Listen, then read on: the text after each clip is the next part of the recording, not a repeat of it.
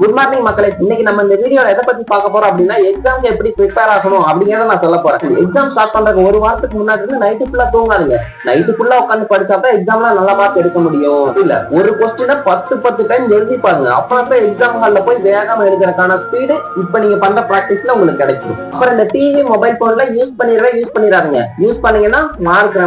வணக்கம் மக்களே. அவ சொல்ற மாதிரிலாம் கேட்டு படிக்காதீங்க. நான் சொல்ற மாதிரி கேட்டு படிங்க. ஒரு நாளைக்கு 2 மணி நேரம் மட்டும் படிச்சா போதும். ஈஸியா 50 மார்க் எடுத்துடலாம். ஒரு நாளைக்கு 24 மணி நேரம் உட்காந்து படிச்சுக்கிட்டே இருந்தா எக்ஸாம் ஹாலுக்கு போனா தூக்கம் வருமா வராதா நீங்களே சொல்லுங்க பார்க்கலாம். அதுக்கப்புறம் இந்த டிவி மொபைல் போன்லாம் வந்துட்டு அளவுக்கு அதிகமா யூஸ் பண்ணா தப்பு தான். அதனால மீடியமா ஒரு ஆவரேஜா யூஸ் பண்ணிக்கங்க. ஓகே. வணக்கம் நண்பர்களே. அவனுக்கு 2 பேர் சொன்னதுமே கேட்காதீங்க. நான் சொன்ன மாதிரி கேளுங்க. எக்ஸாமுக்கு ஒரு நாள் முன்னாடி இம்பார்ட்டன்ட் கொஸ்டின் மட்டும் பிட் எழுதிட்டு போனாவே பாஸ் ஆயிடலாம். இதுக்கு இவ்வளவு கஷ்டப்பட்டுக்கிட்டு முடிஞ்ச அளவுக்கு நிறைய அடுத்துல வாங்கி சும்மா ஃபில் பண்ணி வச்சிருங்க. அப்புறம் தான் பேப்பர் கரெக்ஷன் பண்றதுக்கு சாரு பேப்பர் எடுக்கும்போது பேப்பர் நிறைய இருக்கு நல்லா படிக்கிற பையன் நினைச்சிட்டு படிச்சு கூட பார்க்காம டிக் பண்ணி மார்க் போட்டு தள்ளிடுவாரு.